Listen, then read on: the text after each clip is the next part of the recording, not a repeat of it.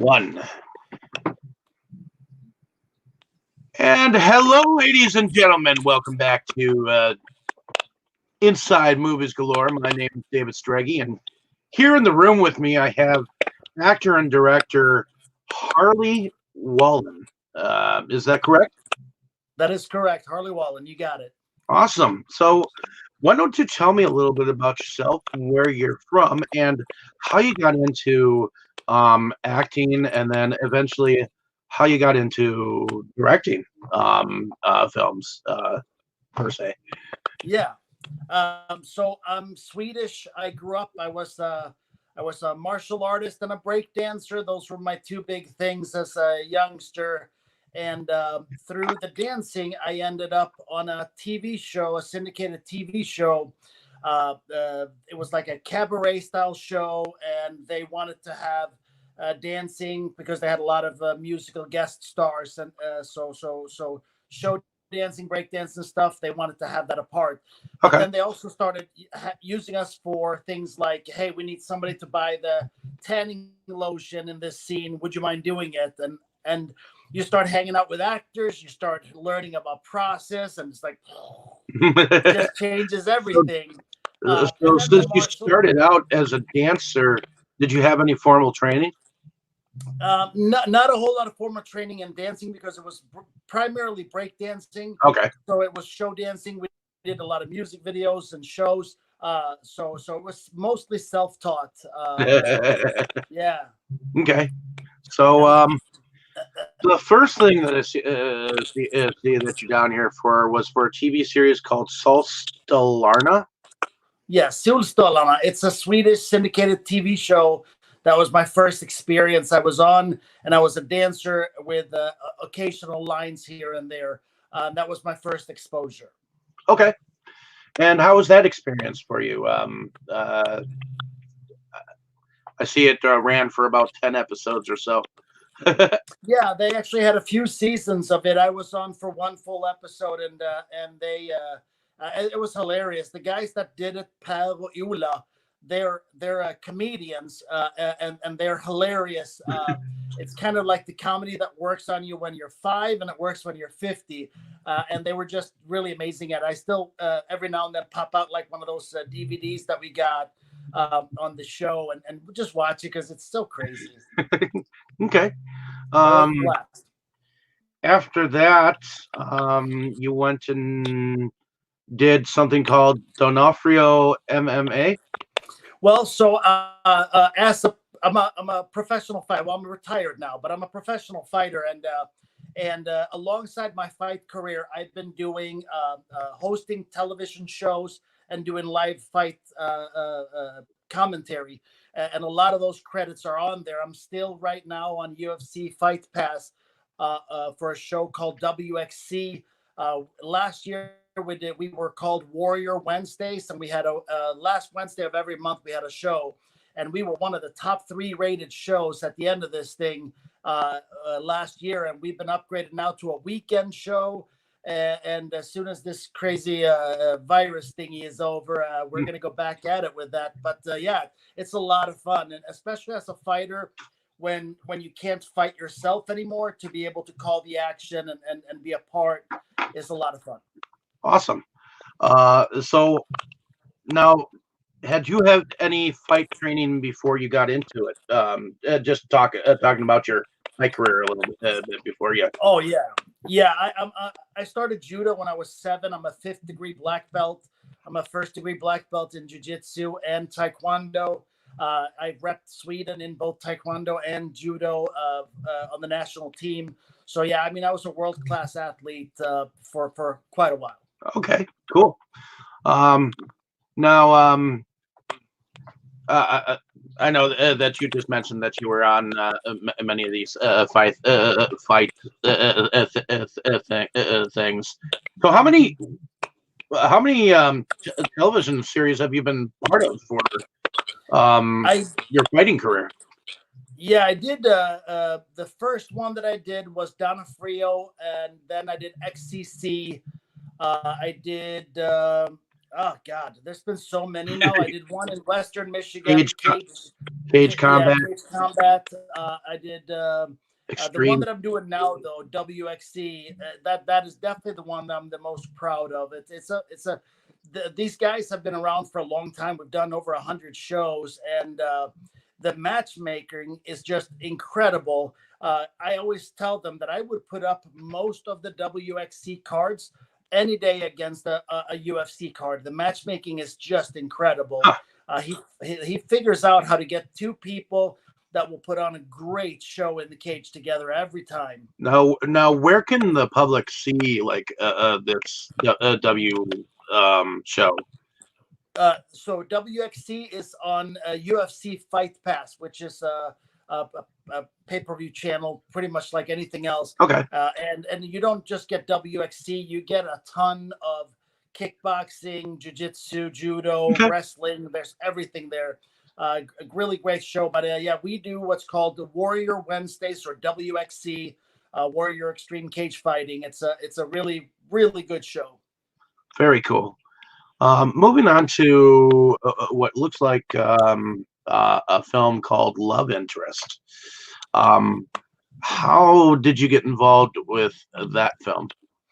I kind of got back into acting after taking a bit of a hiatus, focusing on careers and kids and family and everything else. And there was an audition in the independent film community in Michigan, and they were like looking for an actor to play one of the main characters. I auditioned and got the role, and that was kind of how I got back into acting again. I spend a lot of time and effort and took classes and acting coaches and stuff in Sweden.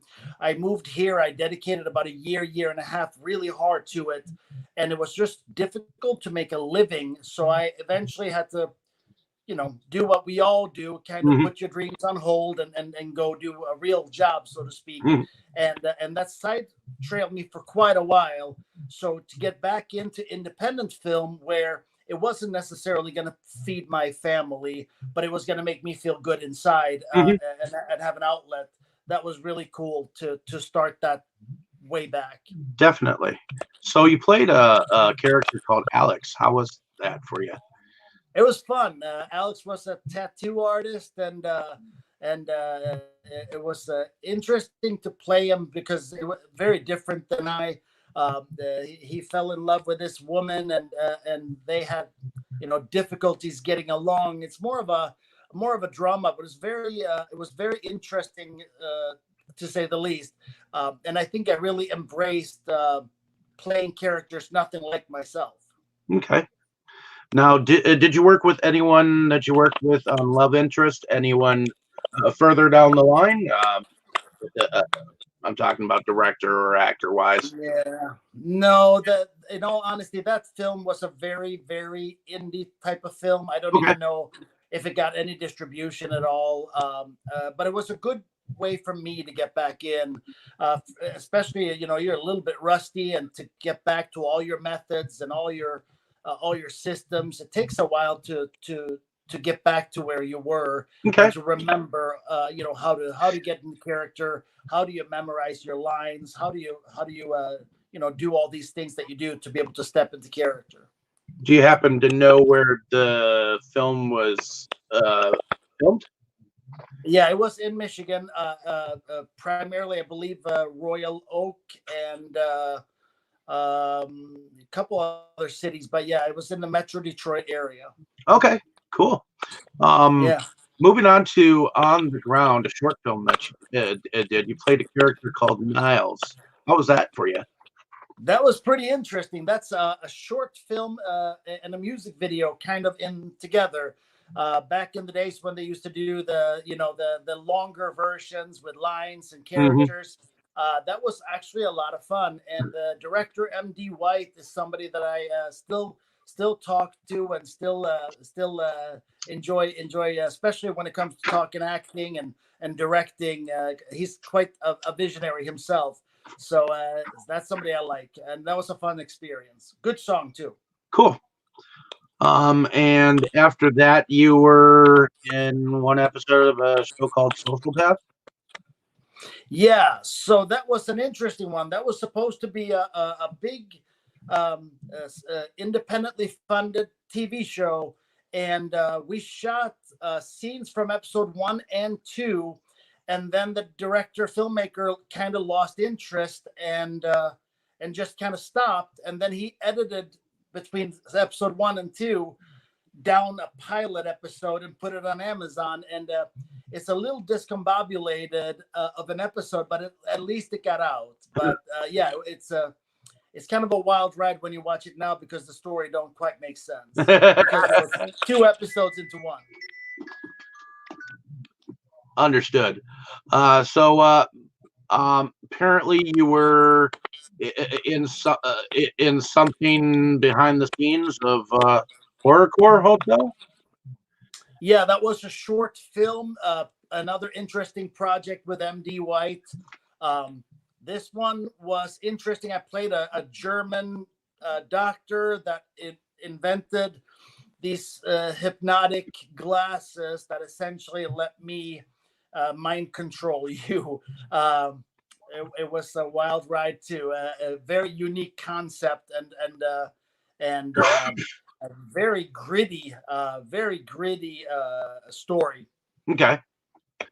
That one did all right to some festivals, but it didn't really get out anywhere beyond the festival circuit. Okay. Going on to Silencer Acquisition, a short film where you played Killian Rain. Yeah, there were a few episodes with that same group of people.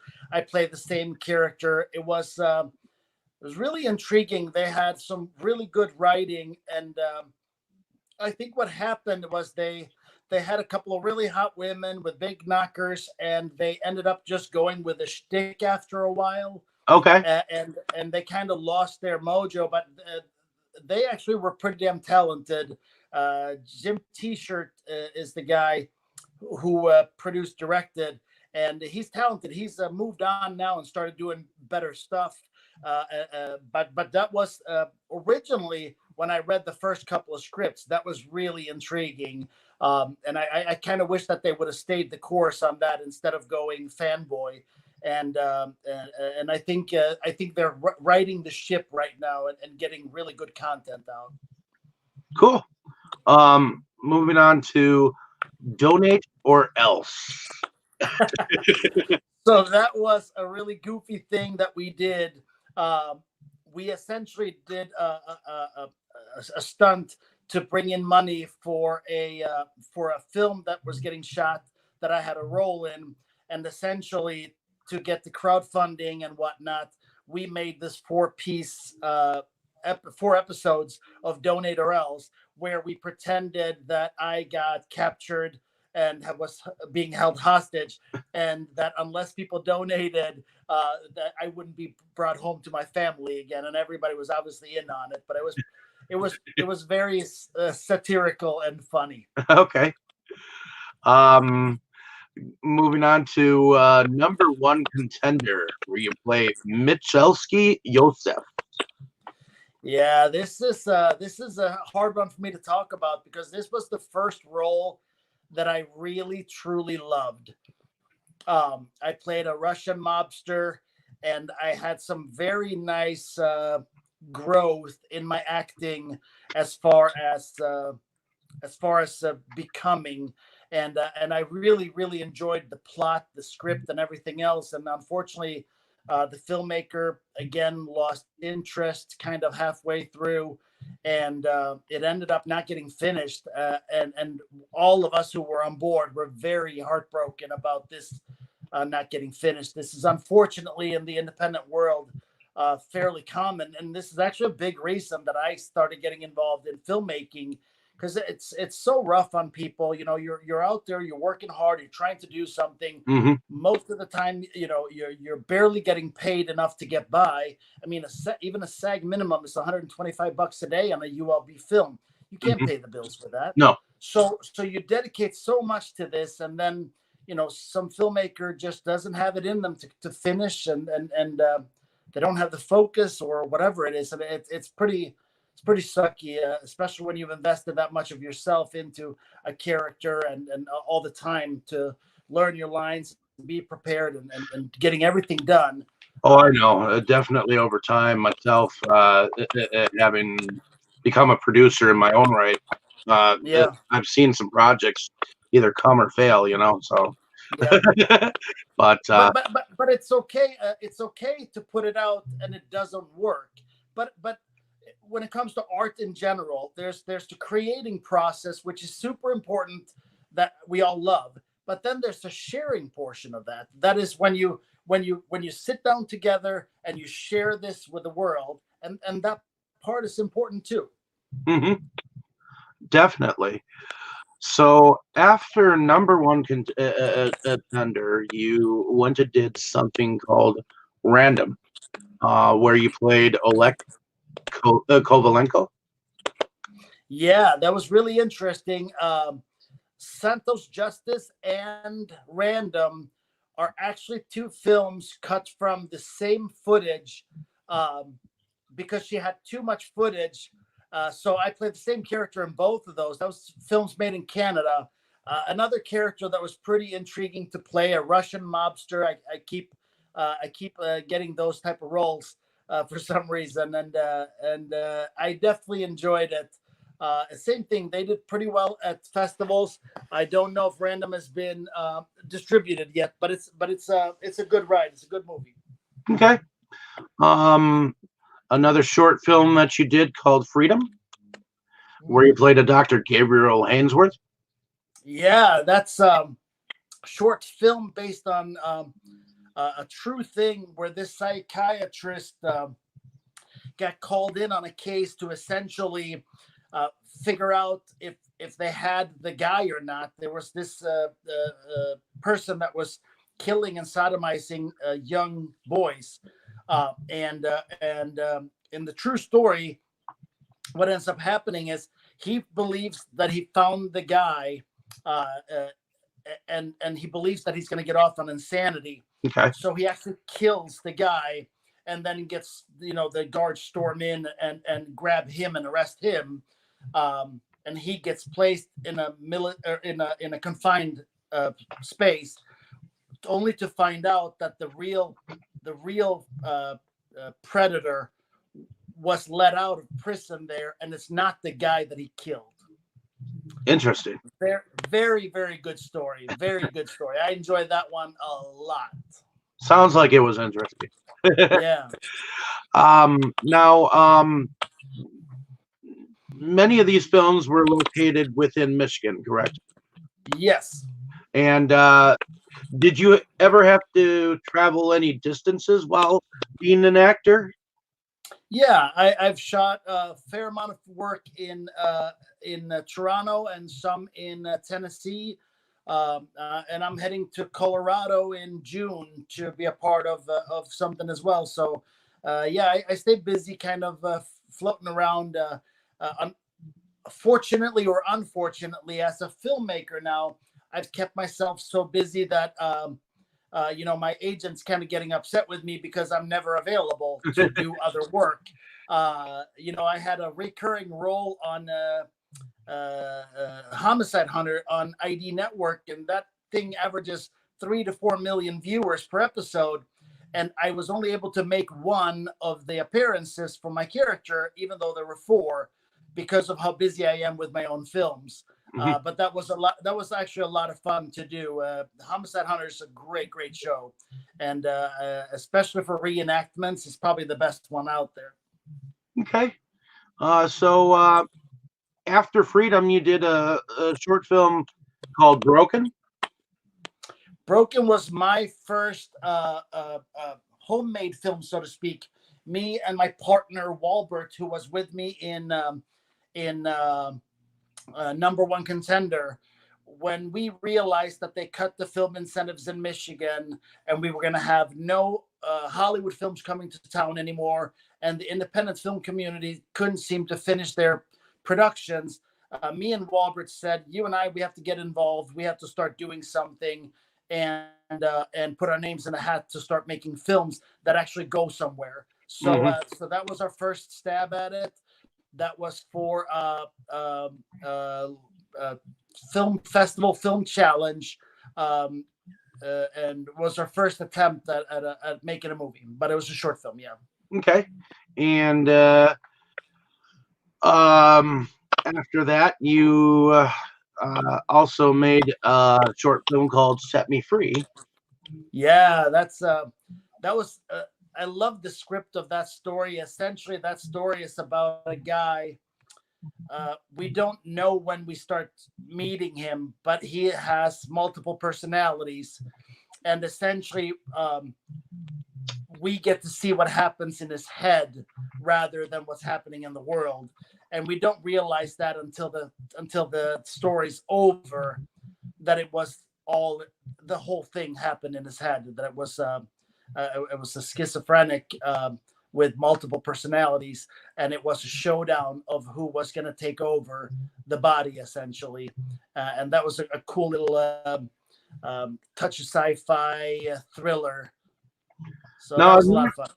now I've noticed you've seemed to have done some acting in almost every single one of your films. Yeah. Well, I'm an actor first, and I'm an actor's director, so that, I mean, that makes the most sense to me. Okay.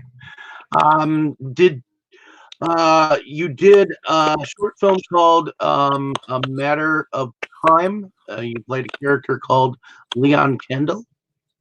Yeah, that was an interesting one. Good friend of mine, Victor Pitko, wrote and directed it, and it was a really interesting thing, especially in today's day and age. This was about quarantine and about viruses and all kinds of stuff. So it's kind of fitting that we're talking about that movie right now. But yeah, that one was about a time machine and being able to get into the future where the cures were going to be available, for many diseases. But on the inside of this thing, you didn't feel that it took any time at all. Okay. Now, where was this one filmed? That one was filmed in Royal Oak, Michigan. Okay. Alrighty. And moving on to 1000, short film where you played a detective Carter. I played a dirty detective in that. I think that one is on YouTube now. A good friend of mine who's used to be well, he might still be a rapper, but he made a short film. He's made a couple films since, and he's always got these interesting ideas. Um, a lot about how we fit together as humans and in our groups and everything else. I like how he thinks. It makes for intriguing storytelling when you watch it. Really good stuff. Okay. Moving on to a TV series that you were part of called Psychology of Murder, where you played it Yeah, Aiden Wolf. yeah, that one is on. I think it's on Amazon Prime. It's not getting great love because it's unfortunately back to the same thing. Something that didn't get completed, and kind of hopscotch between a few different episodes, get edited in together as a pilot episode, and um, um, it's too bad too. It was a really intriguing idea and story originally, and it kind of fizzled out because again, people don't finish, unfortunately. Moving on to a short film called Chroma Heist or Heist, where Yeah, actually, you're called that's Griffin. yeah, a very small role in that, but it's kind of funny because that one actually was the one that got me SAG eligible. They made this short film as a SAG new media, and to get it to festivals and stuff. And I had a very small part in it, and it was definitely an impact role, and a memorable role. But it was yes, it's one of my smaller roles for sure. But good times. And that one was filmed where? That one? I was in Detroit. Okay. Yeah, that was Detroit. Okay. I, I assume that most of these were in Michigan again. They're often different areas of Michigan too. And if Yeah, there's anything that you remember from being on the set, please feel free to share. mhm. Yeah, yeah, yeah. So Deceitful was a film that you directed, correct? Yeah. Me and Walbert on our first few films we co-directed, so both of Okay. us we were both kind of winging it, and I think we paid enough attention as actors that we had a good idea of what directing was, but we didn't have a good technical side. So as far as how to block a shot, how to frame a shot, how to light a shot, those things we weren't really all the way up to par with. But on Deceitful, that was our first true test. We wanted to see if we had it in us because everybody said, yeah, you do a short film, that's no biggie. Try a feature film and then talk to me. So we said, hey, let's get our money together. Let's make a feature film. Let's see if we can do this. Okay. And we learned that we had the stamina, and we learned that we needed to get professional training. So after Deceitful is probably my biggest growth as a filmmaker, because I went from not really knowing what I was doing. And then I took a couple of online film schools. I highly recommend rocketjump.com. Whatever part of filmmaking you want to learn, they have an avenue for you, and it's very, very simple learning. They teach you as if you had no idea what you're doing, which is ideally how you should learn, because that way you grasp it all and can use it. And they teach on so many levels as far as if you want to learn very, very basic things, they have a 3-point lighting system training video. Okay. But if you say, hey, I want to learn advanced lighting, I want to learn dynamic or dramatic lighting, they'll have that also. So no matter what level you are, that's a great, great spot. I highly recommend rocketjump.com. But that was what I did. I took 2 film schools in between Deceitful and Moving Parts. And I think that shows in the output for sure. Okay. And you played a character called Alex Parker. How was that role? That was fun. It was a little bit of Liam Neeson's character a bit in Taken, where you play the guy to go save the day. And so that was fun, and we got to incorporate some martial arts into it, some fight scenes, some stunts, so that we had a good time with that. Especially my partner Walbert, who was co-directing it with me. He's a high-end martial artist as well. So between him and I and my wife, we had pretty much all the bases covered on how to get this thing, finished and looking decently well. Okay. Now, you were a fighter trainer for the Batman versus Superman movie?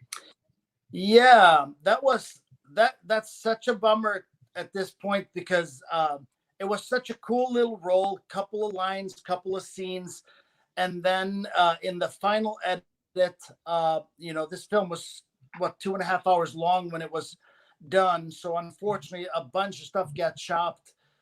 When you see the underground fight scene, right where that fight scene ends, if it would have gone 2 seconds longer, I would have walked into my fighter. I would have raised his hand and said, "Here's your new champion," and we would have looked at the guy laying on the ground, and that would have been a cool ending. But we didn't get that ending. Mm-hmm. And then after that, when Bruce Wayne goes over to talk to I think his name was Max, and scans his phone, he actually stops by us as I'm piecing up my fighter, and has a chat with us before he goes over there. But again, ended up on the editing floor, I guess. And from what I understand, they had almost 5 hours of film on this thing. So yeah, I guess they had a little bit more than they needed. Oh well, but at least you had the experience, and you had the chance to meet some of the actors and actresses that were Yeah. on the movie. Yeah, and to be honest with you, I think as a filmmaker, it is very, very helpful to have been on a big set and see how it works as a filmmaker, because you see enough indie film sets and you see, you know, crews of 5 to 10 people.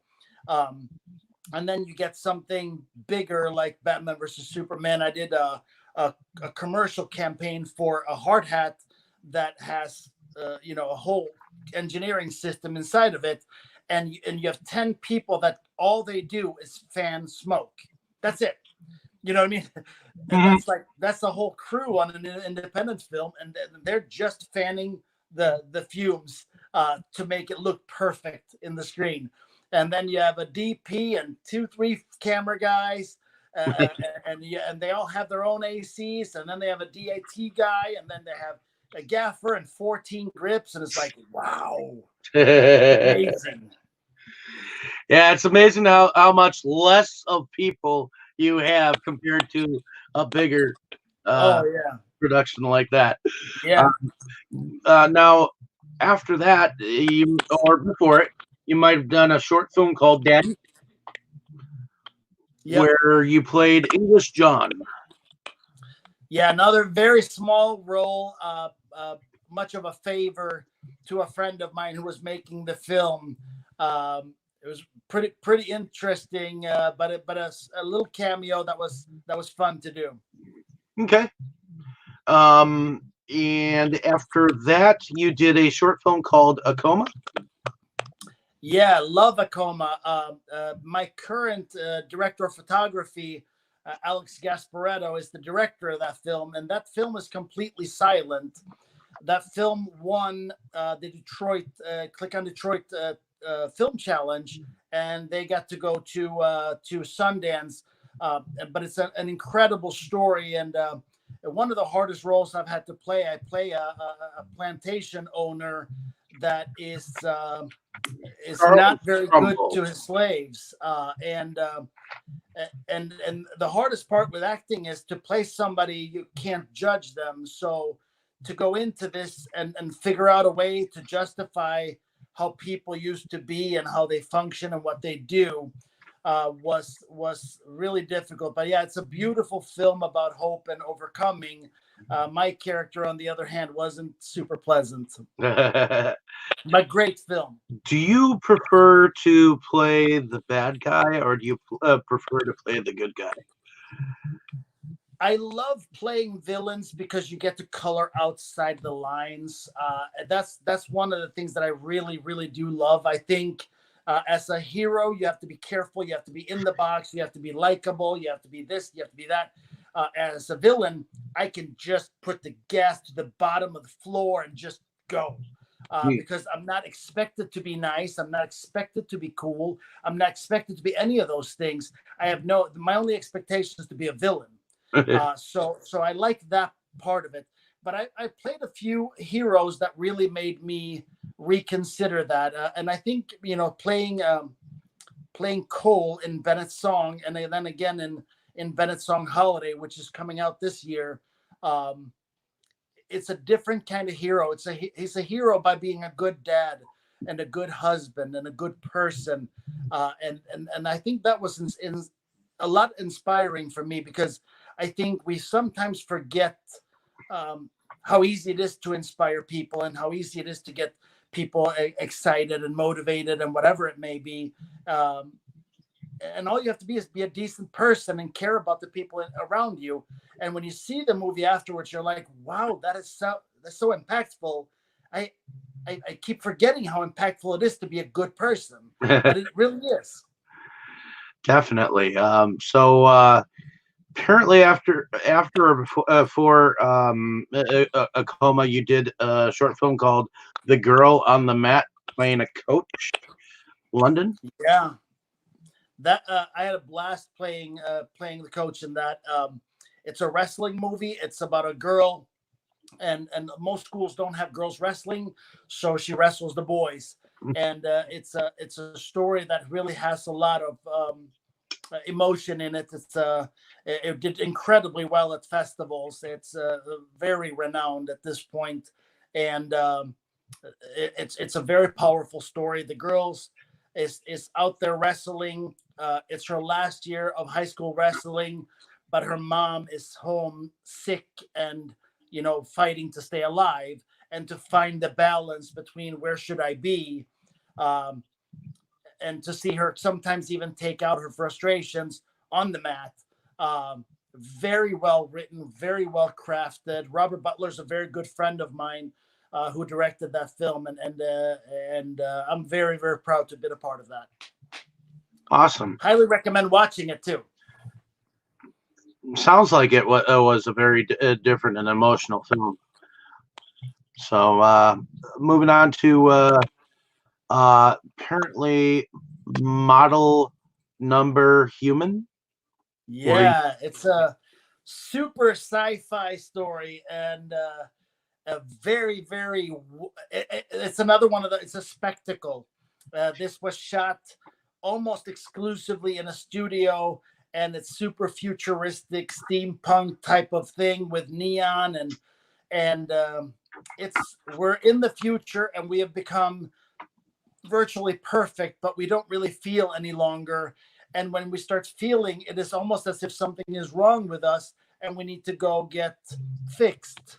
And this touches on that. And I play one of the judges that judges this guy to get his daughter essentially cleaned up because she's got emotions. Okay. And we consider that a weakness. It's a really, really good short. Very, very well made. Sounds like it was a really good short. Now, is that anywhere for anyone to see? That one is on the festival circuit, or was on the festival circuit. I don't know where it is now. Maybe on YouTube, but I love. That was a great short. Very good storytelling. Sounds like it. I love very steampunky sci-fi. Yeah, Blade Runner-y type of feel. So after that, you did a film called Indictment. Dead Witnesses Can't Talk. Yeah. You were a lawyer called Mitchell. Yeah, I gotta say I loved this role. We had a premiere screening here in Michigan when this was done.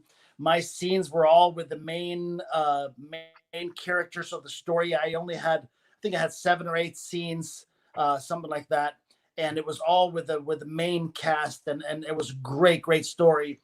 Unfortunately, the production team made too many mistakes. The filmmaker chose to not release it beyond that because it was going to be too much in editing, and he's actually refilming that right now. Well, plus up until this mess happened, so that one is getting reshot completely, and I was not going to be able to play my character again because we're in the middle of shooting a TV show, which is a bummer. That's a great. I'll tell you, even though I'm not in it, when the new Indictment comes out, that'll be a good one to watch. Dennis Reed makes some pretty cool urban films, and a lot of fun to be a part of. I did the TV series on Amazon Prime called "I Declare War" with him, and yeah, he's an intriguing filmmaker, especially if you like urban type of films. A lot of fun. Speaking of I Declare War, why don't you tell us a little bit about it? Yeah, I play a detective, and my character actually. So the story of the TV series is you have 3 different gangs or mafias in Detroit. You have the Middle Eastern Mafia, the Black Mafia, and the Italian Mafia, and they're fighting for control throughout this whole TV series. Okay. I play a detective that is sleeping with the black mob boss's wife. So you can only guess that I don't do super well, even though I will tell you this: I do survive the entire season. Interesting. Now, is this anywhere to be seen, or? Yeah, it's on Amazon Prime. Yeah, I Declare War. It's on there, and it's a wild ride, that's for sure. Alrighty. So after I Declare War, you may or may not have done a short film called Daylight, where you play a director. Yes, actually, a good friend of mine, Shante Dallon. She was in the TV show on Comedy Central called Detroiters, as the wife of one of the main characters, and she made that short film, and essentially, at the end of it, we found out that it was a film and not her real life, or a film based on her life. And I was the director, and that was kind of how we wrapped it up. It's a bit of a what's his name, Night Shyamalan ending to things. But yeah, it was. She's a really good creative mind. Okay. And after that, you may have been in a short film called An American Abroad as the Russian. Yeah, this one is another one of them that got. I don't know if it got finished or what happened. We had a screening of it. It looked really cool, and then it kind of just disappeared. Not really sure what they did with it, but yeah, it was a Detroit filmmaker. He had all kinds of cool locations at the Renaissance Center downtown, overseeing the water in Canada, and somehow it's not out. Bummer. Good story, good script, good actors.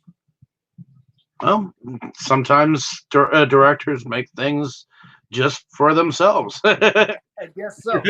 So after that short film, you may have done a short film called My Breaking Point, where you played a character called Matt. Yeah, My Breaking Point was our next attempt at taking something to a festival, and we were testing a new DP at the time. So we were kind of trying to evolve our storytelling and to see if we were able to kind of take it to another level. So that was a really intriguing story. It's a guy who was suicidal, and he was very lonely, so he didn't want to die by himself.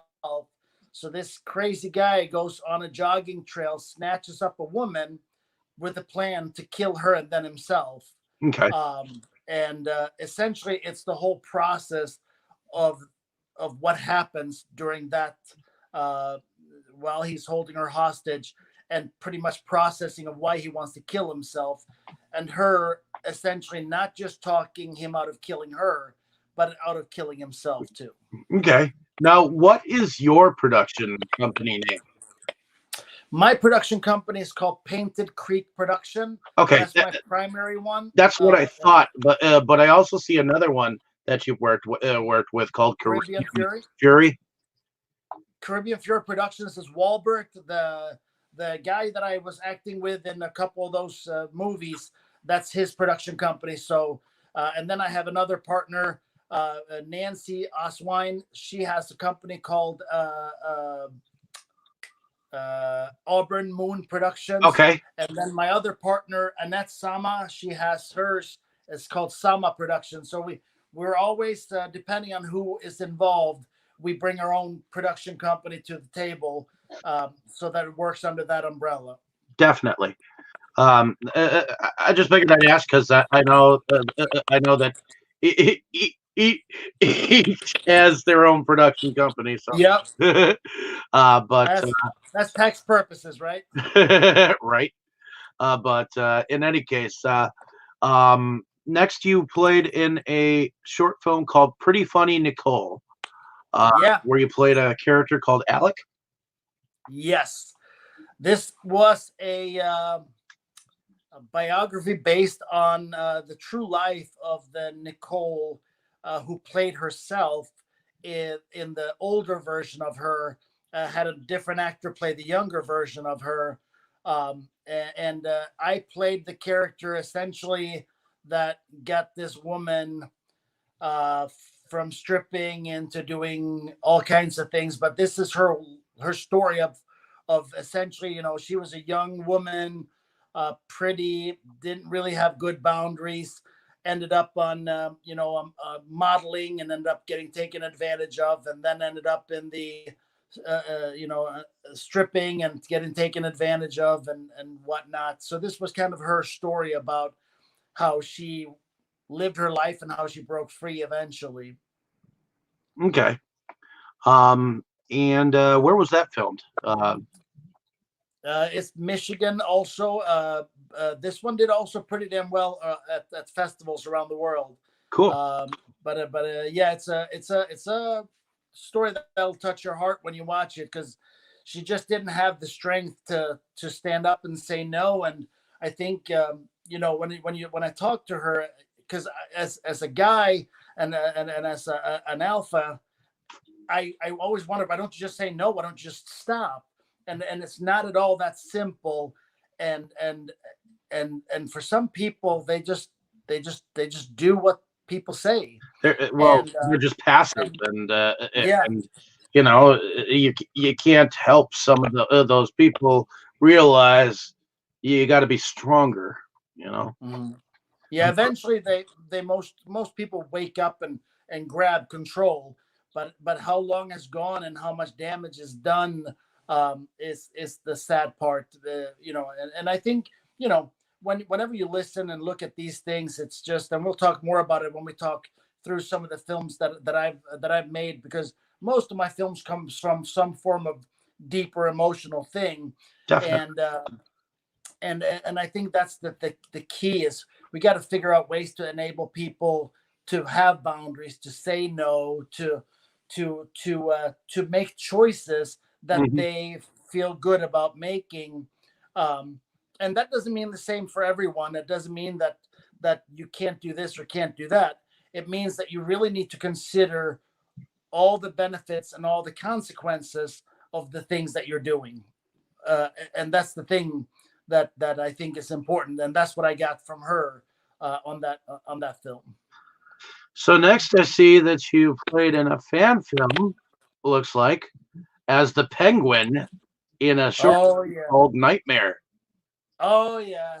Oh man, this. First of all, I'm a comic nerd, so let's get that out there. I love comic stuff, and I am not a giant fan of a lot of DC. I'm probably a bigger Marvel fan than DC. I think the characters generally are more relatable. But this guy, Jordan Foss, created this retroverse for Batman. And the way he brought the Penguin back out was when the Penguin was more like Kingpin, mob boss style. It was really, really cool. And I will tell you this, I am not done playing that character. This is just one episode. The episodes are almost an hour long, and it's this thing is doing very, very well at the Comic Cons. And I know that we're going to revisit the Penguins and his ways.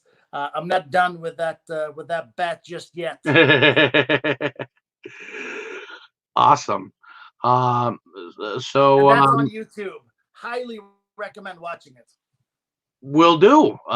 In fact, I'll probably watch it right after this.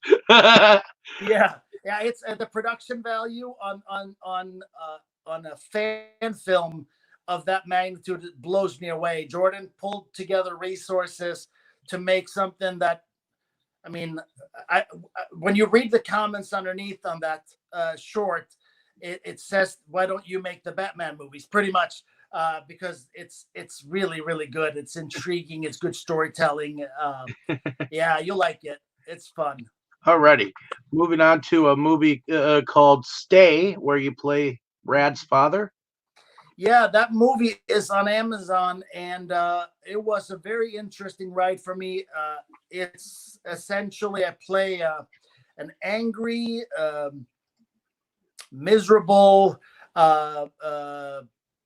just a bad father who is very homophobic, and I think he's kind of sensing that his son may be a little weak or soft, and his way of dealing with things is that if I squeeze harder and if I yell more, I'll somehow get him to be a man, and It's pretty powerful. It's an interesting story. Um, Definitely a fun character to play because those high end emotional characters are fun because you get to express, a lot. Um, don't agree with a whole lot of his philosophies in the world, but it was definitely a good role. Okay. Um, and moving on to a short film called Task Force, where you played another coach. Uh, Yep, Tell me about that same one. as same director as the American Abroad, same kind of thing. The film went out and screened, and then we never heard from it again. Don't really know what came of it or what happened really. And same thing again, though. Good cast, good crew, good script. Just don't know if people know really what to do with films, how to get them out, and how to do stuff to to get an audience and to get community and so on and so forth. But yeah, it was a good film. Awesome. Um, Going on to Pimps, Pastors, and Politicians, which was a TV a movie, evidently, where you played Afon Romanov. Yeah, that is on YouTube, and I wish that guy had a better eye for talent because he has major inconsistencies in the quality of acting throughout that. But it was a pretty damn good story, and it was definitely fun to do. That story is all over the place. The storytelling is all over the place. Um, but it was a fun role to play. Um, but yeah, that one is same thing as on YouTube. Didn't get distributed any other where, so that one is a freebie on YouTube as we speak. Okay. Moving on to Moving Parts, where you played a character called Seth Knowles. No, or Nick. Yes, the movie right here. Yeah, that's my first film where I really, um, after my directorial training and my film school, I hired a co-director to co-direct this with me.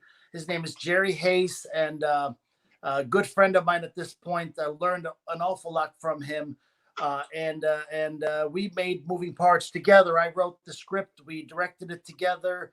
It is it is a tangled web, really, of who done it, and I've never heard somebody guess the story or the ending ever so far. And there's been a many hundreds of people have contacted me. The film is still it's been up for 2 years, a little over 2 years, and it's still rated about 50,000 on IMDb. So it's still somehow getting traction, and my distributor just contacted me and said, I don't know what happened, but the film just kind of took off again.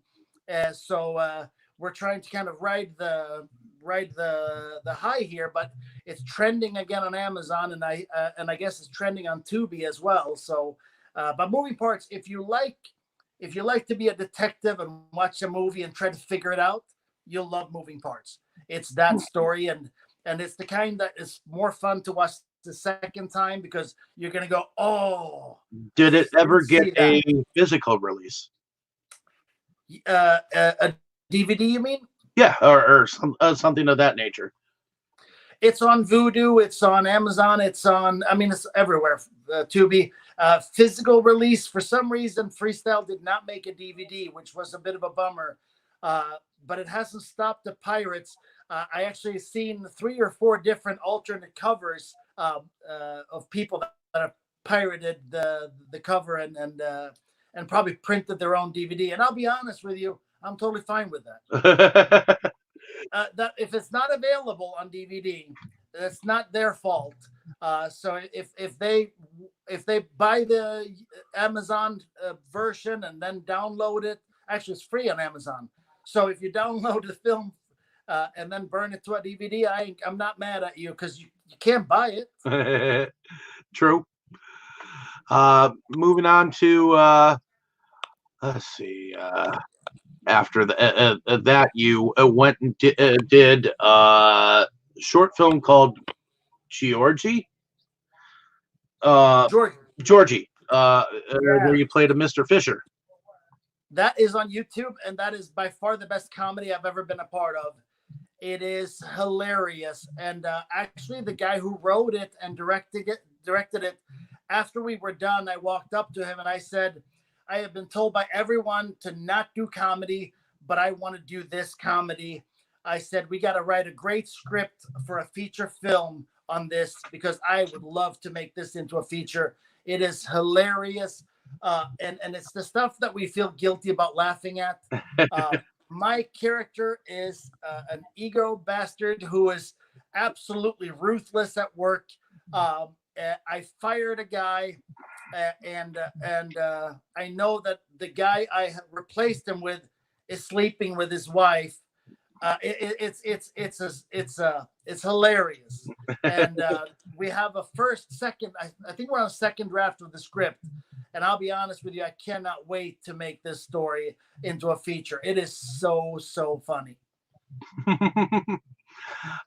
Moving on to Love Espionage Spy Revenge, where you play Ivankov. Yeah, it's a bit of a cameo appearance in that film. I know that one has went to film festivals and done pretty all right for itself. And I'm not sure if it is on Amazon yet, but I know that it's in the process of either being released or it is released. But it's a small role. I got to play another mafia, Russian mafia, military mafia type of guy, and it was a fun role for sure, and it's an interesting film. Charlene Jeter is the one who made that Chroma Heist film that got my SAG eligibility. So her and I worked together a few times. Really good person, and somebody that she has a very unique way of telling stories, and I like it. Awesome. And then after Love Espionage, you did Bennett's Song, which you somewhat told about. But why don't you tell me about the role of Cole Bennett? Yeah, my business partner Nancy Oswine wrote it, and it's essentially the story of my character Cole Bennett. His wife died of cancer some years ago, and they had this big thing that they wanted to adopt kids from around the world and show beauty and love. And then she dies of cancer, and now he's a single dad with 7 kids. Okay. Very complicated to date. A lot of baggage. So he finds this, takes his daughter to the dentist, falls head over heels with this dentist.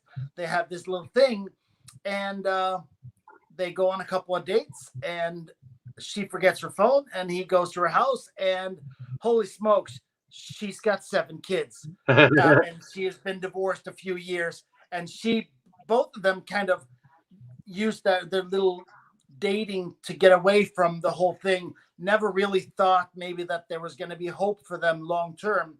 Now, knowing that they both have 7 kids each, they both pretty much realize that this is going to be impossible to do. But what happens is, of course, they find a way to overcome. And I love the story. It's, I mean, this film is rated really well on Rotten Tomatoes. It's Metacritic, IMDb, Amazon. I think right now on Vudu we have 67 ratings, and we're rated almost a 5-star film. For an independent film. That's not easy to do. No, it's not. And how was working with Tara Reid? Oh, she was great.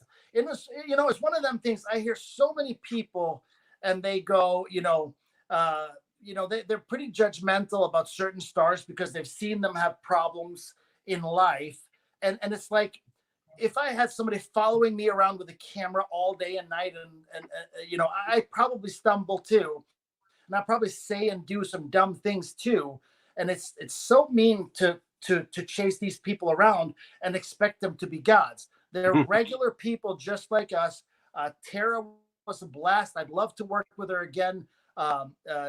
She actually played a really funny villain in Bennett's song.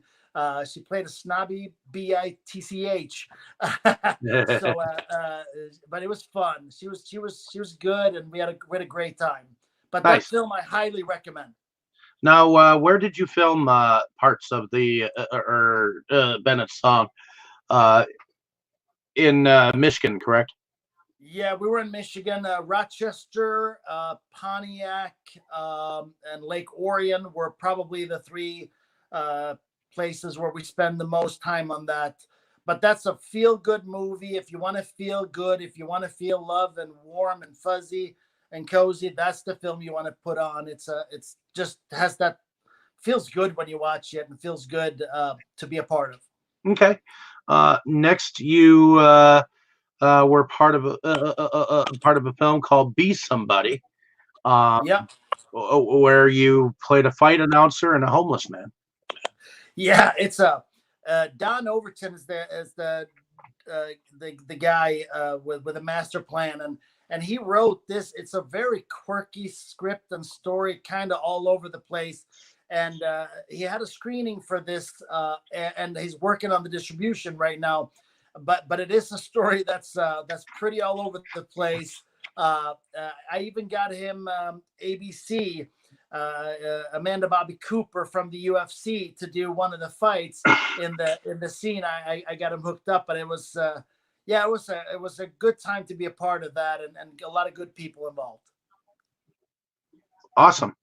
And after that film, you were part of a film called Halt, the motion picture. Yeah, this is on Amazon. It's really interesting. So my cameo in this film is essentially the table setter for the whole thing, and they actually tried to make that piece the trailer, but I essentially play a cop that pull over a black man with his kid in the back seat, and he's got a nose blood. Me and my police partner pull up, don't really know what's going on, and my partner pulls the gun and shoots and kills the man, and then the rest of the film is unraveling this mess. But a really good story, and that's on Amazon Prime right now. I believe that film has trended many times and has won a bunch of awards. It's a good urban story, good urban film. Jazar Riches, really talented. She's funny because she's a comedian, but she does very high-end, good, strong drama as well. I worked with her on I Declare War, the TV series, before, and she was a joy to work with on that film as well. Okay. Next is a film that you directed, but you also acted in it as Mikhail Kovalchuk in a film called Betrayed. Yeah, that one of my favorite films out of all that we've made. I brought in John Savage to play the mayor, and he was so iconic in this role.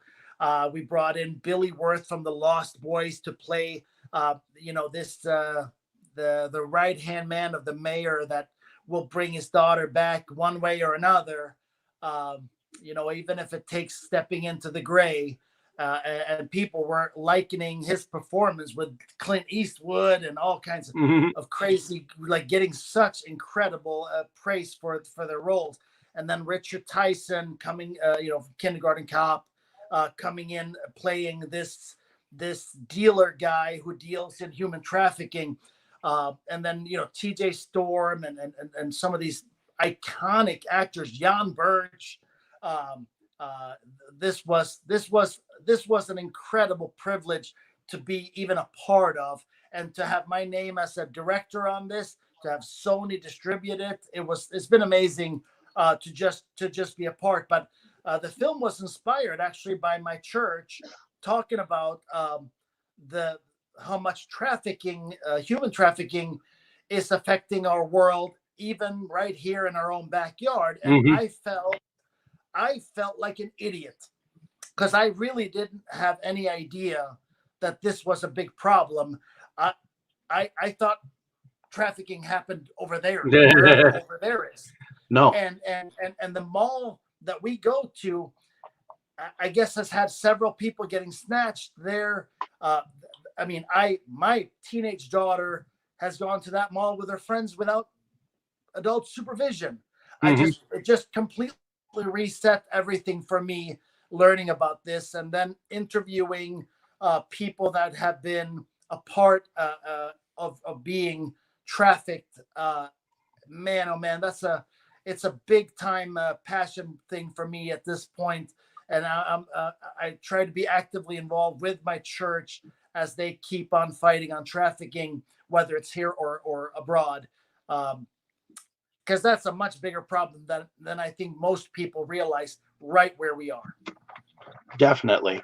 So, how was working with Tyson? I know he's kind of a powerhouse action film star right now. From what I see of his filmography coming up. Yeah. Well, he was in that, and he was also in Eternal Code with me, which I'm sure we'll talk about soon. Correct. But he's a stellar actor, man. I mean, and people don't know this. This guy is classically trained. This guy could do Hamlet now. He reminds me, because I saw Eternal Code, he reminds me of like an actor like Mickey Rourke in a way. A lot. Yeah. I mean, in the face a little bit, a bit too, especially in the Eternal Code, which when I do my review later, ladies and gentlemen, I'll probably mention that. But so spoiler alert. Yeah. But I didn't want to do my review of this film just yet because we were going on with this, and I wanted to get this interview out and there and have it separate from the other. So, but in any case, because I remember seeing him in the role that he played in Battlefield Earth, so I know. Yeah. I mean, I'll be honest with you, he's still just as good. I mean, the guy is amazing. In Eternal Code, he's amazing. In Betrayed, he's amazing. We were just talking on the phone the other day because I wanted to see if he'd come in and guest star in my TV series, and I don't know if we can make it work or not. But Richard and I are good friends at this point. He's back living in Alabama. He still travels all over for filming, for acting, but people don't know he's got a couple of amazing scripts, the timepieces. He's a very good writer, and we're talking about maybe making something together because we really enjoy working together. Richard is a great guy. Definitely. Really love that guy, man. Definitely.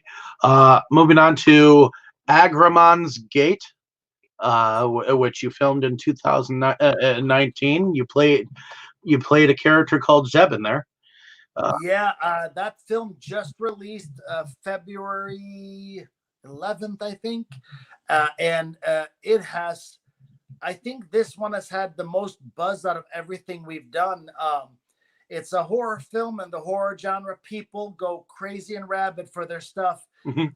I wanted to make a film that had a little bit more of a Stephen King meets Alfred Hitchcock, or even Wes Craven meets Hitchcock or something. I wanted, because I feel right now that either it's all gore or it's all suspense. It doesn't seem to be either. You get the Bird Box. It's all suspense, where very little, I guess, payoff. And I wanted to figure out a way to tell a really good story, to have the acting be strong, the story be strong, and then have a lot of suspense, some jump moment, and some gore. So have a little bit of everything to take the story all the way through. And seemingly we've done a pretty good job with that.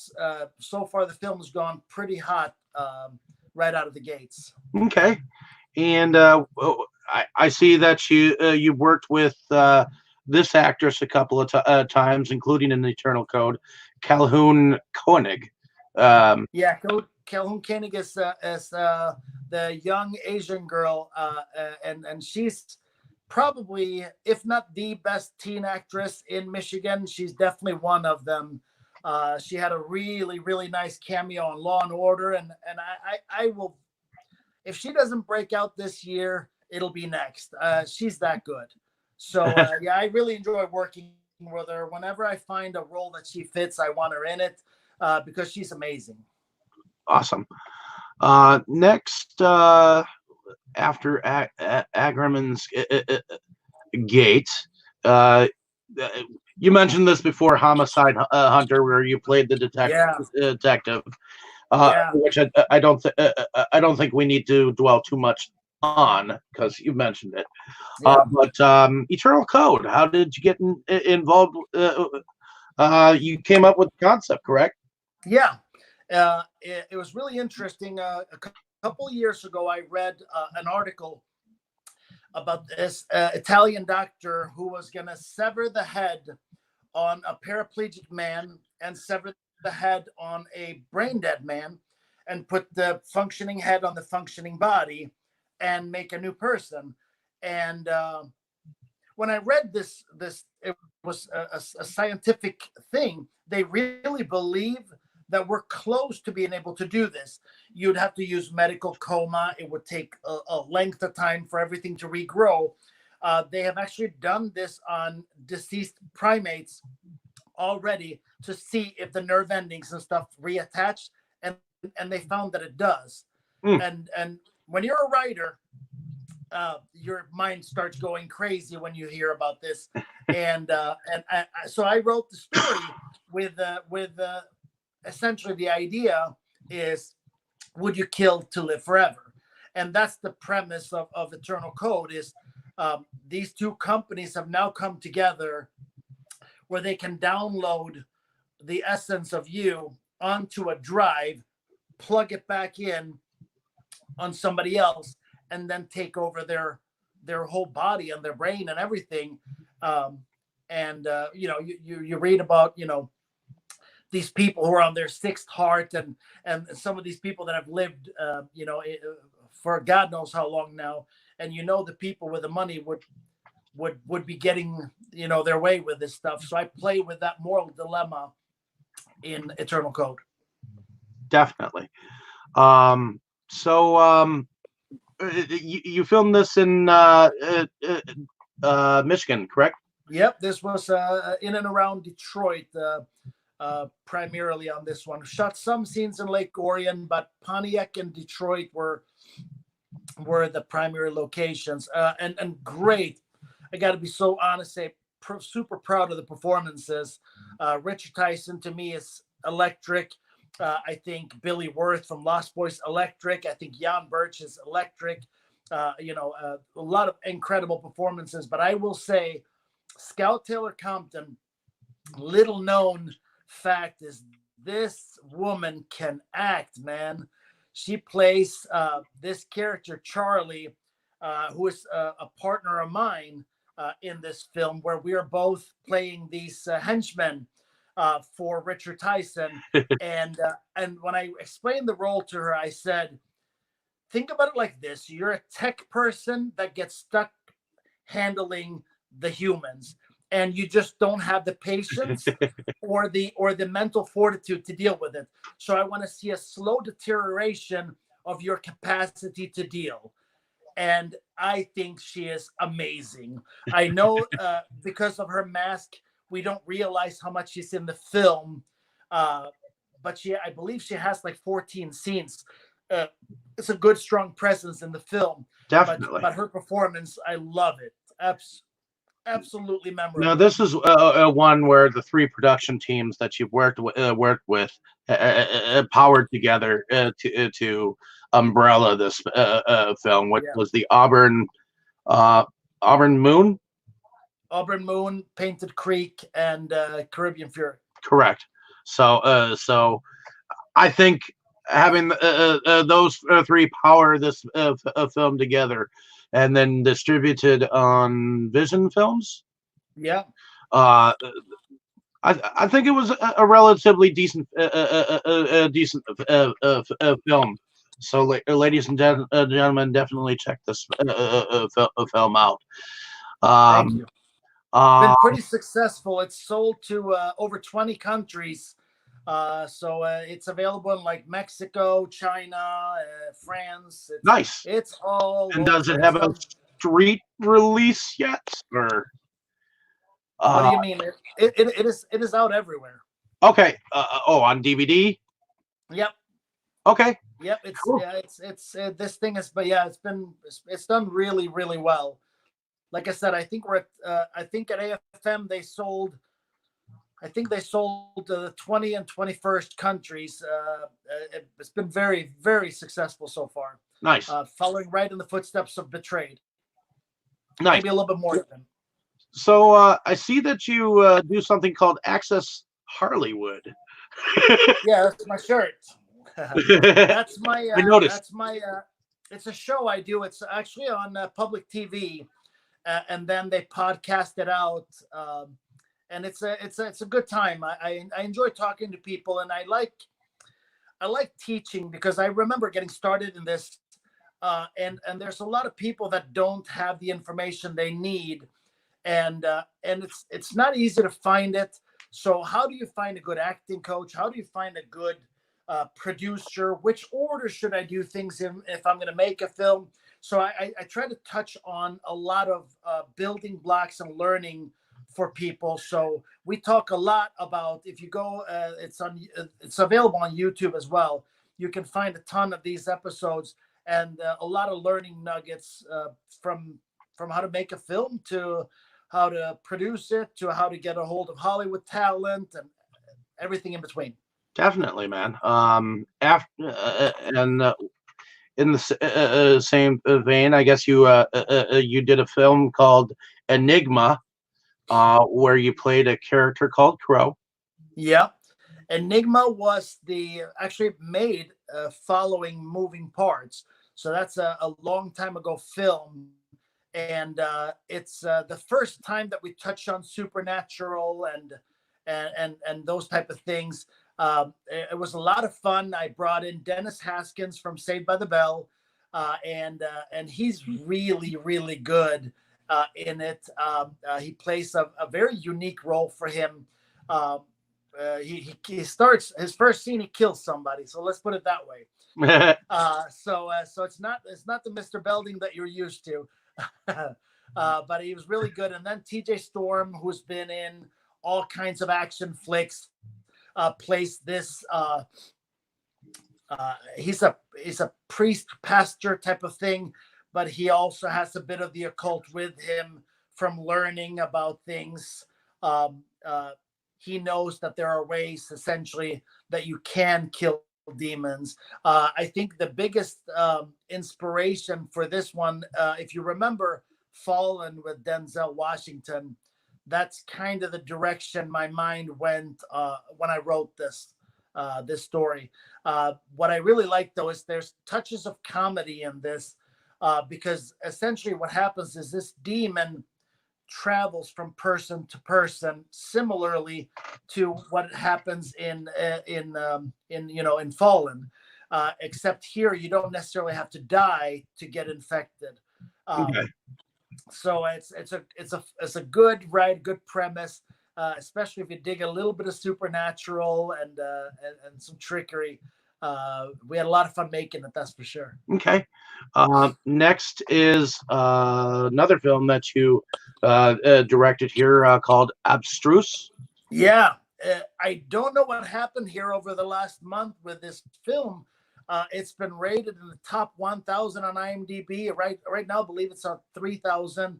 Um, no clue what happened. I mean, Tom Sizemore's, a hell of an actor. Dennis Haskins, again, Mr. Belding, it plays some really cool characters.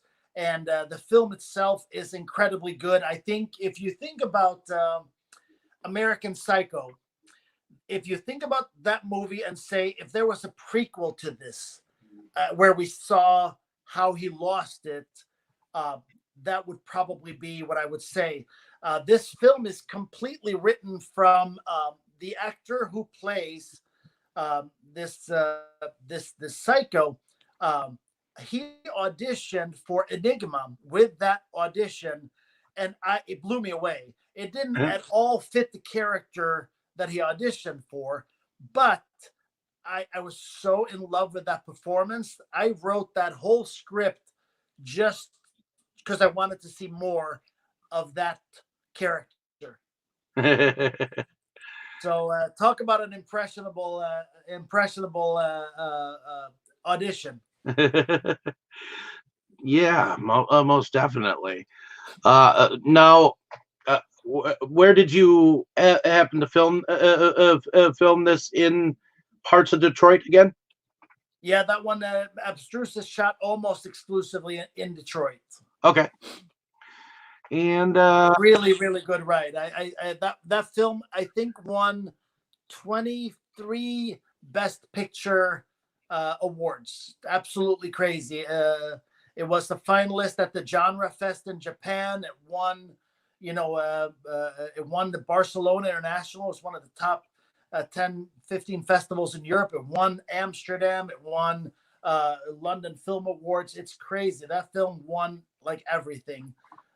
Absolutely amazing to see what that film has done, and now it's out, and somehow it's really getting traction. Like I said, I mean, it's been in the top couple of thousand here for a month, and it released last year in November, so it's been out for November 1st release. For that to still be going this hot, 6-7 months later, is yeah, pretty amazing. definitely sounds like it. So here we're starting to get into some territory where you may or may not want to say too much about. So, um, so Snapshot is a short film that just completed, correct? Yes, it's Where you actually played at a festivals. divorce attorney. Yeah, my acting in that film is a voiceover piece, but I will say I really enjoyed writing and making it, because I think as humans we're not very good at meeting people where they are. So I wrote this story to kind of touch on the fact that we're all having a good day or a bad day or whatever, and yes, we shouldn't take it out on other people, but also if you bump into me on the street, understand that I may not be having the best day of my life, uh, and be cool. I think, with Snapshot, I wanted to show how easy it is to judge someone before you know their full situation, um, and maybe give us a little bit of pause and a little bit of grace in life, uh, because I think it's very, very easy to do that, and it's currently at festivals, and it's done pretty well so far. We got a bunch of awards and nominations from Top Indie Awards, and I'm looking forward to hearing more about it. But yeah, it's very recently completed. Okay.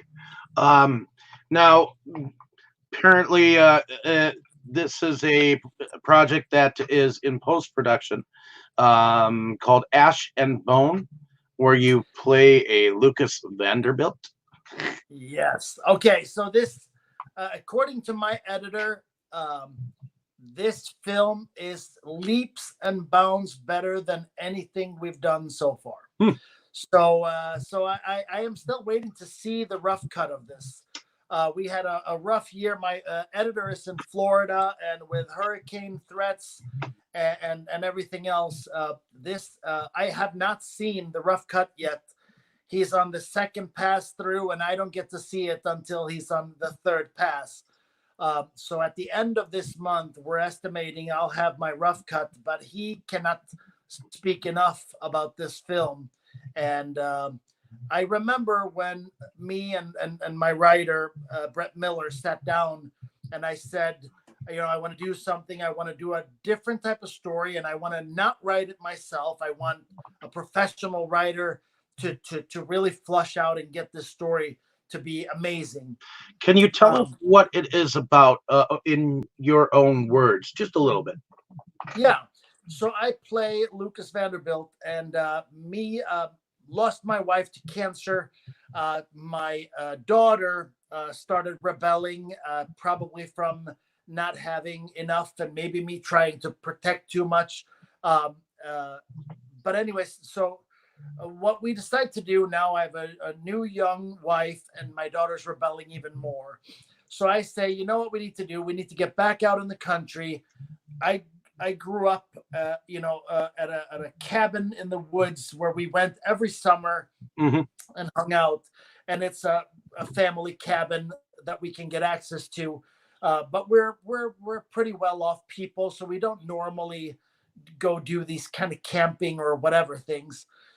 So we decide to go out to the country, and when we do, our my rebel teen daughter takes the car, runs into town, hops into a bar, and she normally likes doing urban exploring, and she gets a hold of these people and find out about the McKinleys, which are these people that live a little bit outside of town. And rumor has it that there's a bunch of people missing and they do crazy stuff. So what they try to do is they try to get out there to check this place out in the middle of the night.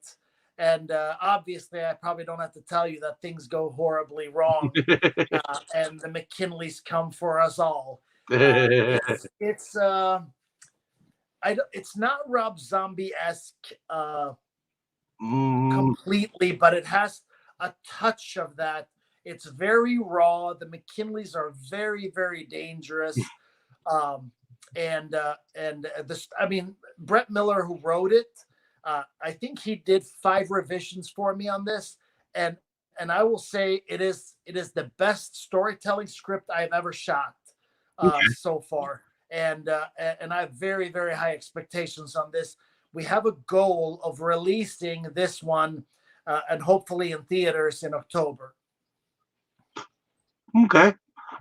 Moving on to the sequel to Bennett's song "Holiday." That's in Yeah, post production as well, where you that film is reprised the role of actually. Cole Bennett. How do you feel that this film is turning out? I think it's actually, I'd say it's significantly better than the first, because I think the story is more intriguing, and I think we've added more components. With Bennett's Song, we had a couple of original songs. In Bennett's Song Holiday, we have several original songs, so it takes a whole new life with the sequel. And I really, really enjoy it. And to be honest with you, this is breaking news. It is completed. Oh, I am waiting for the completed film, and then I'm going to be sending that out to the distributors, and we'll start the negotiation process. Um, I would love to see a Christmas in July type of thing, but it may be maybe a November release. We'll see. But yeah, it's an amazing story. Uh, Corbin Burnson plays our villain, and I will tell you this: dude can act. He is incredible. He is a powerhouse for sure. Dennis Haskins is back playing my father. I love working with Dennis, such a good guy.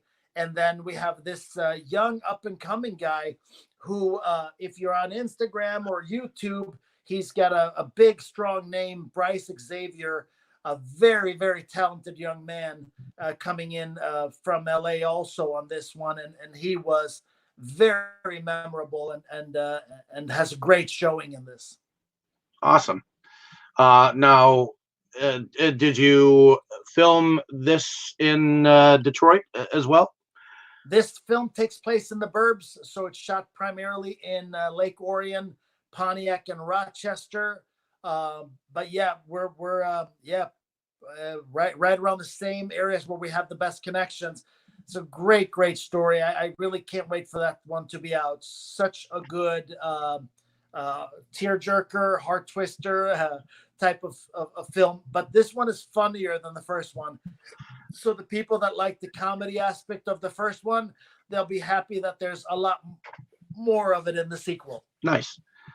Now, here is a 2020 release that you're working on or filming called The Initiation. Now, during this coronavirus pandemic.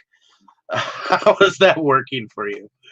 Well, that one is the one they're shooting it in Colorado, and from what I understand, we only have 2 scenes left to shoot when I get out there. So that's going to happen in early June, and I think we're still on target to do that. So we'll see what happens. But these guys, they're doing something pretty unique. They have great comic artistry, similar to the Watchmen or something like that style, that actually moves the story. So some of the transitional scenes are actually cartoons or comics almost. It's very, very cool. I really dig these guys. Jimmy Drain is one of the actors and producers, and I've really clicked with this guy. I hope to work a lot with him. I love fresh minds that aren't afraid of doing things a little differently. I think it's about having the guts to try things and do things, and they're definitely very, very daring in their approach. Okay. Now, you play Mr. Fuller in something called Just Another Dream, which is also filming. That one is in post-production, almost completed. Really, really intriguing story about premonitions, deja vu type of stuff. I think people are really going to dig this film. Young teen actress out of Michigan, Caden Bryce, plays the lead, and she's a good actress, really good actress. But I think she outdoes herself in this one. I think this movie has legs and can really make some noise. I have a fun little cameo in this, a small role, but the story is really good. And I've seen the rough cut, and I think they have a potential hit on their hands. Okay, and as of right now, it's in the editing room, I believe. With you, it's a TV series that you're working on called Tale of Tales. Yeah, we are in the middle of shooting, obviously on a break right now, but we've shot essentially the first 4 episodes. We're shooting the second set of 4 episodes as soon as we're off this lockdown, and it is a really, really good story. A friend of mine, an actor named Tevis Markham, came to me and says, "Hey, I've been watching you, and I want to offer you this role to play this character." And I look at it and I read it, and there's this Nick guy, and he's this low-life mobster who owns a strip club, who is trying to make ends meet, save up enough money, buy an island, and take a bunch of his strippers with him and live in the Caribbean for the rest of his life, kind of thing. Mm-hmm.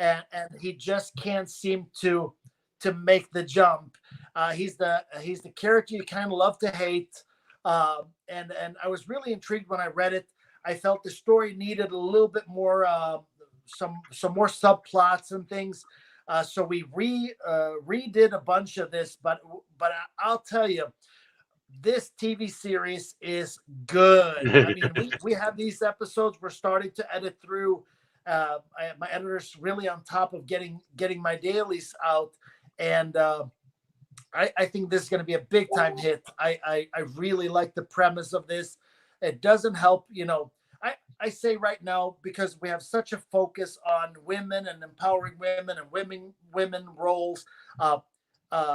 I agree with all those things, but because we have made such a big shift to that, there's a big void where Sopranos used to be, Sons of Anarchy used to be, Mm-hmm. in the style of Ozark and those type of shows, where I think that if you're going for a man vote right now, where a guy says, "I'd love to watch this," and the woman can sit and watch it with him because there's enough good roles for women and enough good storytelling. This is going to be something pretty special. I'm very, very proud of what we're doing, and the stories is so electric. Our cliffhangers are so good. So, how many episodes are you planning for this series? Yeah, Are you planning a longer series? we're planning on starting with a limited series of 8 episodes for the first season. Okay. Um, we're gonna see what we end up doing for season 2 with this, because right now with very very little out, we're getting a lot of interest in this TV series already, and I haven't said this to anyone, but we haven't signed with Amazon yet, so this is still getting shopped. I have somebody that's submitting us to all the your regular type of Hmm. networks, and outlets, and I think this has a good shot of coming out of there with a deal, where we end up with some form of whatever network, and it may be that it's Amazon Prime, but I Hmm. really do think the story of these characters is too good for it to not be pretty successful. So I'm looking forward to seeing what we can do. Definitely, man. Definitely. Just gonna look here real fast. Let's see. So, I think we've covered a lot of your directorial stuff Yeah. here. Well, during this whole thing, is there anything else that you wanted to let the audience know about anything that you've worked on in the past, or any stories that you'd like to tell before we wrap this up here, and where you can find most of your films, how people can get in contact with you. Yeah. So absolutely follow me on. I mean, I'm on all the different networks, whatever it's Facebook or Instagram or whatnot. Harley Wallen, or official Harley Wallen. Um, you'll be able to find me most places. I believe I'm Harley the Swede on Twitter, and that's from my fighting days. So that's my fighting name, and I'm keeping it. So I know it's confusing to have the different names at different sites, but I don't care. Um, so that's a good place to follow me. Obviously, my films are everywhere. So if you go to Amazon, you'll find them. If you go to Vudu, you'll find them. If you go to Fandango, you'll find them. So they'll be most places. If you have a Direct TV or Xfinity or whatever, be there. It'll be there as well. Um, so easy to follow, easy to find the films. But as far as things to talk about, I have a script that it's a horror film story that we were actually slated to shoot in April. We were supposed to gap our TV show, pick it back up again, and shoot the last 4 episodes. That's now getting put on hold and getting pushed. Called Beneath Us All. We have an amazing cast with Sean Whalen and Jan Birch getting reunited for the first time since The People Under the Stairs in this story. And we have incredible work when it comes to what we're doing with our monster. It's a Viking origin vampire story, which I don't even know. I don't even know if there's been one made of this yet. But it is an incredible script written by my good friend Brett Miller, who wrote Ash and Bone, and I think it's even better than Ash and Bone. And we will be shooting that hopefully this fall now instead. But I will tell you, I'm so excited to get after this. We have Maria Olsen, Jan Birch, Sean Whalen, and this is just got power written all over it. Nice. I really think that's going to do well. Even Havita Ghaffari, who was in Eternal Code, she's also coming back to town to shoot this. And then the guy who's making the monster for us, the vampire, he did work on.